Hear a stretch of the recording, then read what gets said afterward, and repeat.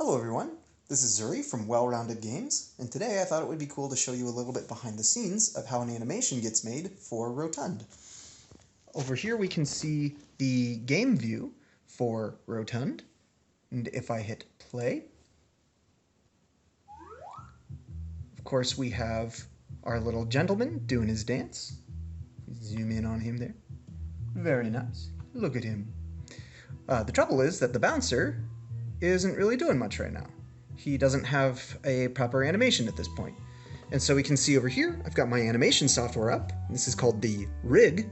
And using this rig, I'm going to show you what I'm going to do to make a little idle animation for him so he bounds up and down to the music.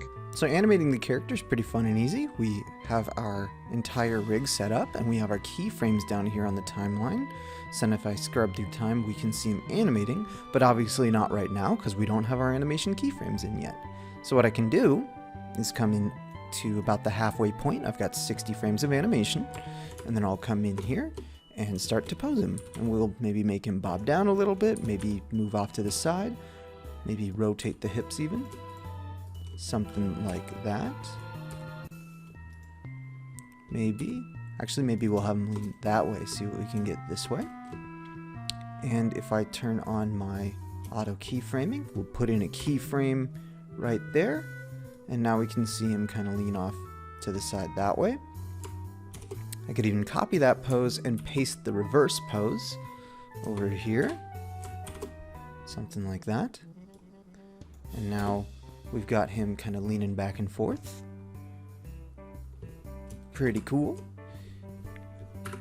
And then we can even have him bob up and down a little bit with this. So maybe he comes in here and he does a little bob up and down right there. Something like that. So we can even come up a little there. So now when he comes in here, there's this little bobbing motion. Then we come over here and we can come out like that and over to here and up. Okay, and then we can copy that, make sure that we're looping that perfectly there, and maybe have him come down a little bit again right there. Okay, so we've started our little motion there. Obviously that's pretty rough, so that's where I would come in with my graph editor, and this is where we can start to actually refine that motion. And I've got my position along Z, which is an animation channel. Actually, it's going to be the Y channel here. We can take all these channels and make sure that they are looping with a cyclic, and we can grab back to the Y position. Look at this guy here. I can even full screen that for a moment, and we can start to visualize what's happening here. And that's pretty rough right there, so I'm going to smooth that out considerably.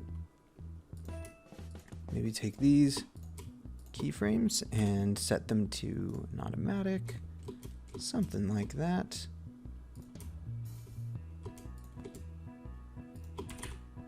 Really just kind of smooth that out.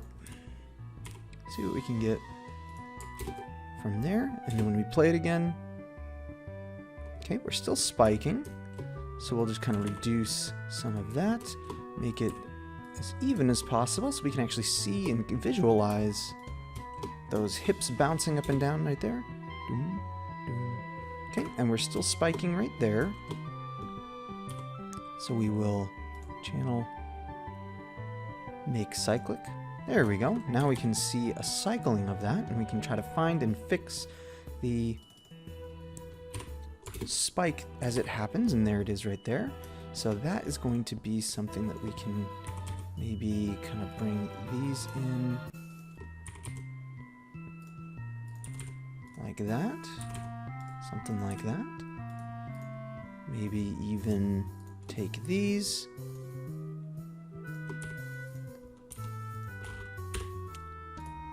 and we can rotate those down a bit and try to smooth out that curve. Something like that. Maybe smooth this one out a little bit right there. Okay, so now that spiking is gone, and we got this nice little back and forth. And that's kind of the general process. It's going to be a lot more of this kind of back and forth to get it to where it's a reasonable animation, so I'm going to take care of some of that now.